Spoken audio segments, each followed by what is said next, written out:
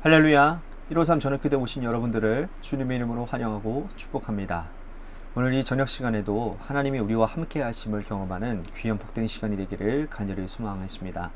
먼저 하나님의 말씀 보도록 합니다. 히브리서 4장 1절에서 6절 말씀까지 보겠습니다. 히브리서 4장 1절에서 6절 말씀입니다. 우리 같이 한 목소리로 다 함께 봉독하도록 하겠습니다. 시작. 그러므로 우리는 두려워할지니 그의 안식에 들어갈 약속이 남아 있을지라도 너희 중에는 혹 이르지 못할 자가 있을까 함이라.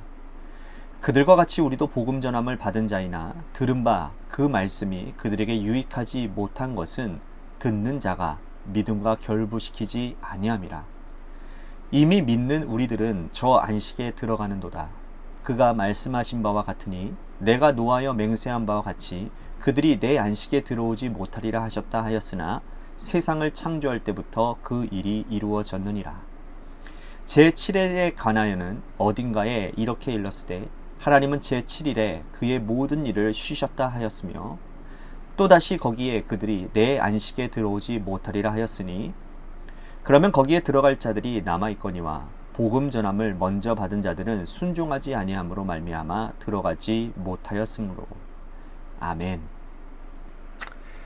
사람들은요 누구나 두려움을 가지고 있고 또 두려움 없는 사람은 아마 찾아볼 수 없을 것입니다. 그런데 중요한 것은 무엇을 두려워하느냐라는 거죠. 사람이 두려워하는 대상과 내용에 따라서 그 사람의 인격과 사람됨이 드러나게 됩니다. 마땅히 두려워해야 될 것을 두려워하지만 두려워하지 말아야 될 것을 두려워하면 그것 또한 문제가 되죠. 우리는 대자연 앞에서도 경외감과 두려움을 가져야 됩니다. 파도가 높이 치는데 여러분 만영 부리며 물놀이 하면 어떻게 됩니까? 그 물에 휩쓸려서 죽게 되는 거예요. 여러분 깎아지른 그런 절벽에서 장비 없이 오르는 사람들이 있다면 그 사람들은 화를 자초할 수밖에 없다라는 겁니다. 또한 누구나 역사 앞에서 두려움을 가져야 됩니다. 역사는 흘러가지만 그러나 기록으로 남는다라는 거예요. 내가 이 자리에서 행한 일은 후대 사람들이 평가할 것이라는 두려움을 가지고 살아가야 된다는 거죠. 역사를 두려워하지 않기 때문에 친일파가 등장을 했고 신사 앞에서 무릎을 꿇는 그런 부끄러운 신앙인들이 득세하지 않았습니까? 그렇다면 하나님의 사람들은 무엇을 두려워해야 될까요? 오늘 본문에서 히브리서 기자는 성도들이 두려워해야 될 것이 무엇인지를 알려주고 있습니다. 1절 말씀 다시 보십시오. 그러므로 우리는 두려워할지니 그의 안식에 들어갈 약속이 남아있을지라도 너희 중에는 혹 이르지 못할 자가 있을까 함이라. 여기서 말하는 이 안식은 구원을 말합니다. 이 편지를 받은 성도들이 마지막 날에 하나님의 영원한 안식에 들어갈 수 있을지 진지하게 고민하고 두려워하라고 말씀하고 있는 거예요. 이 편지를 받아보는 자들은 불신자들이 아니에요. 다 교회 안에 있는 성도들을 말합니다. 자, 많은 사람들이 교회 안에 있기만 하면 구원이 확보되어진 거로 생각할 때가 많은 것 같아요. 제가 누누이 말씀드리지만 여러분 신앙생활과 종교생활은 다른 겁니다. 종교생활에는 구원이 없습니다. 신앙생활에 구원이 있는 것이지 종교생활에는 구원이 없는 거예요. 그러니까 어떤 건물적인 측면, 어떤 교회 안에만 있기만 하면 구원이 확보되어진다는 생각을 하는 것은 대단히 큰 착각이라는 것이죠. 교회 안이 아니라 그리스도 안에 있을 때 구원받을 수 있다는 사실을 여러분들은 꼭 기억해야 된다는 거예요. 여러분 구약시대에 남유다가 망했을 때 성전 안에만 있던 사람들과 함께 그들은 망했습니다. 그들이 누구입니까? 대제사장, 율법학자들이 성전을 가득 채우고 있었지만 그들은 세상을 사랑하는 사람들이었어요. 하나님의 말씀 앞에 서 있지 않은 자들, 성전과 함께 망하게 하시고 바빌론의 포로로 그들을 보내셨다라는 거죠. 여러분 예수님의 시대도 마찬가지였어요. 헤롯 성전을 채우고 있었던 유대 종교 지도자들은 하나님 말씀대로 살지 않았습니다. 하나님 안에 거하지 않았어요. 그들은 성전 안에 있어도 구원을 받지 못했음을 역사를 통해서 또한 말씀을 통해서 우리는 알 수 있다는 겁니다. 그렇다면 여러분 오늘 우리는 어떻습니까? 오늘 우리는 교회 안에 있습니까? 아니면 그리스도 안에 있습니까? 요즘은 교회에서 이 구원의 문제에 대해 논하는 것을 금기시되어지고 있습니다.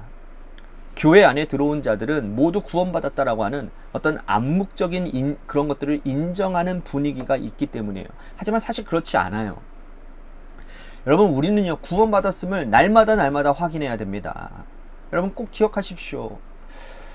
구원을 체크하지 않으면 안 되는 거예요. 이거는 굉장히 중요한 일입니다. 여러분들이 누군가에게, 여러분들에게 구원받았습니까? 라고 확인을 하는 질문이 있다면 여러분들은 담대하게 말할 수 있어야 되는 것입니다. 나 구원받았습니다. 주님 안에 거합니다. 내 삶은 주님 안에 있습니다. 그렇게 구원받은 삶을 살아가는 것들을 나타내야 되는데 이러한 질문들이 두렵게 여겨지는 사람들이 있다라는 거예요.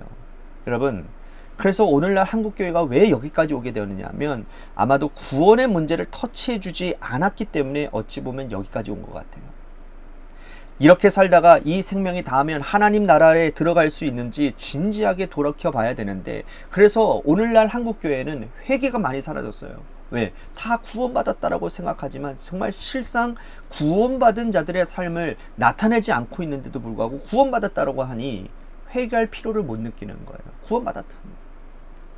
이거는 여러분 구원파랑 비슷한 거예요. 구원받으면 회개 안 해도 되는 거예요. 이해가 되십니까? 여러분, 직분을 받으면 자기 직분에 취해서 오랜 신한 그 연수가 구원의 증거라고 생각한다는 거 아니에요. 10년, 20년, 30년 예수 안에 거하지 않고 종교 생활하느니 1년 예수 안에 거해서 구원받는 것이 훨씬 더 귀한 겁니다. 여러분, 히브리서 기자는 우리가 안식에 들어갈 수 있는지 아닌지를 달아보라고 말씀을 하고 있어요. 2절 말씀 보십시오. 그들과 같이 우리도 복음 전함을 받은 자들이나 들은 바 그 말씀이 그들에게 유익하지 못한 것은 듣는 자가 믿음과 결부시키지 아니함이라 그랬습니다. 무엇입니까? 듣는 자가 믿음과 결부시키지 않는 것이 문제라고 말씀을 하는 거예요. 자, 믿음은 행함으로 완성이 되어지지 않습니까? 그죠? 믿음 따로 행함 따로 아니에요. 믿음이 행함을 통해서 완성되어지는데, 그러니까 듣는 거와 행하는 것이 일치되어지는지 여러분 달아보라는 겁니다. 믿음은 구원을 위한 전제 조건이에요. 우리는 교회 안에서 하나님의 말씀을 항상 듣습니다. 설교를 듣고 성경을 읽고 성경 공부도 하는데 들은 말씀을 우리들이 실천하는지를 살펴봐야 된다는 거예요. 들음과 행함이 일치되어질 때의 그 믿음이 진짜 믿음이기 때문이라는 거죠. 듣는 것은요, 여러분 누구나 할 수 있어요. 하지만 살아내는 것은 쉽지 않은 일이에요. 히브리서 기자가 이 편지를 당시에 쓸 그런 당시의 상황들은 핍박받는 성도들이 하나님의 말씀대로 살아가는 것이 쉽지 않은 시대였어요. 그러나 히브리서 기자는 이 들음과 행함의 일치를 강조하며 믿음을 가지라고 말씀을 합니다. 이것은 오늘 우리들에게도 주어지는 하나님의 경고라고 할 수 있어요. 말씀 듣기는 좋아하는데 그 말씀 한 절이라도 실천하고 있는지를 돌아봐야 된다는 거예요. 행함은 하나님 앞에서 아름다운 열매가 되고 하나님은 그 열매를 보시고 구원의 확증을 해 주실 것입니다. 5절 말씀 또 볼까요? 또 다시 거기에 그들이 내 안식에 들어오지 못하리라 하였으니, 자, 어떤 부류의 사람들은 안식에 들어오지 못할 것이라고 말씀을 합니다. 자, 이런 말씀을 읽으면 가슴이 철렁 내려앉아야 되는 거죠. 구원받지 못한 자들은 어떠한 자들이냐? 자, 6절 말씀 보십시오. 그러면 거기에 들어갈 자들이 남아있거니와 복음 전함을 먼저 받은 자들은 순종하지 아니함으로 말미암아 들어가지 못한다. 자, 복음을 먼저 받아들인 자들이 순종하지 못해서 안식에 들어가지 못한다고 말씀을 해요. 자, 순종은 구원을 위한 중요한 열쇠임에도 불구하고 먼저 말씀을 들은 자들이 순종하지 않는 것이 구원의 걸림돌이 된다는 겁니다.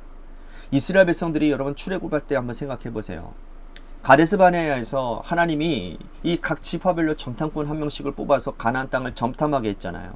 그죠? 12명을 뽑아서 40일 동안 가나안 땅을 점탐하겠단 말이에요.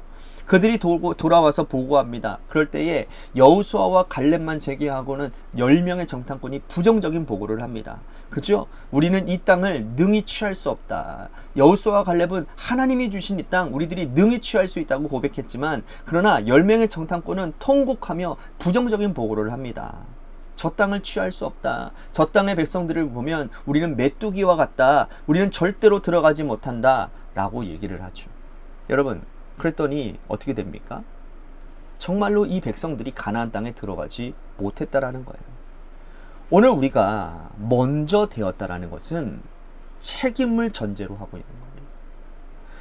가정에서 먼저 된 자, 세상에서 먼저 된 자들, 교회 공동체에서 먼저 직분을 받은 자들은 하나님의 말씀에 순종하는 것이 필수적이라는 거예요. 하나님의 말씀과 내 의지가 충돌할 때에 내 의지 내려놓고 순종하시기를 바랍니다. 오늘 우리가 하나님 앞에서 우리 자신을 한번 달아보기를 바랄게요. 우리가 하는 고민이 단순히 먹고 사는 문제, 어떤 말초적인 1차원적인 걱정이 아니라 정말 내가 구원받은 자인지, 그런 영적인 고민과 두려움이 여러분들에게 있으시기를 주님의 이름으로 간절히 축복하겠습니다. 오늘 말씀 생각하면서 우리 같이 기도했으면 좋겠습니다. 눈에 보이는 사람이 아니라 하나님을 두려워하는 자가 되게 하여 주옵소서. 말씀을 듣는 것으로 그치는 것이 아니라 행함을 통하여 우리의 믿음, 우리의 구원받음을 입증하는 그러한 삶을 살게 하여 주옵소서라고 말씀 생각하면서 기도했으면 좋겠습니다. 우리 교회를 위해서도 간절히 기도합니다. 하나님이 세워주신 주님의 몸된 교회가 주님의 뜻 가운데 아름답게 세워지는 은혜가 있게 하여 주시고, 또한 재개발 가운데 놓여져 있는 주님의 교회를 하나님이 풍성함으로 하나님의 선한 계획으로 이끌어 주실 줄로 믿습니다 라고 우리 같이 기도했으면 좋겠습니다. 또한 육신의 질병으로 고통당하시는 우리 김호중 권사님과 바우자 권사님을 위해서도, 또한 김순환 권사님을 위해서도 기도해 주시기를 바라고요. 마지막으로 여러분들의 삶의 자리와 여러분들의 자녀들을 위해서 기도하시다가 이 시간 돌아가시기를 바랍니다. 노래 끝날 때까지 우리 같이 합심하여 기도하도록 하겠습니다. 기도하시겠습니다.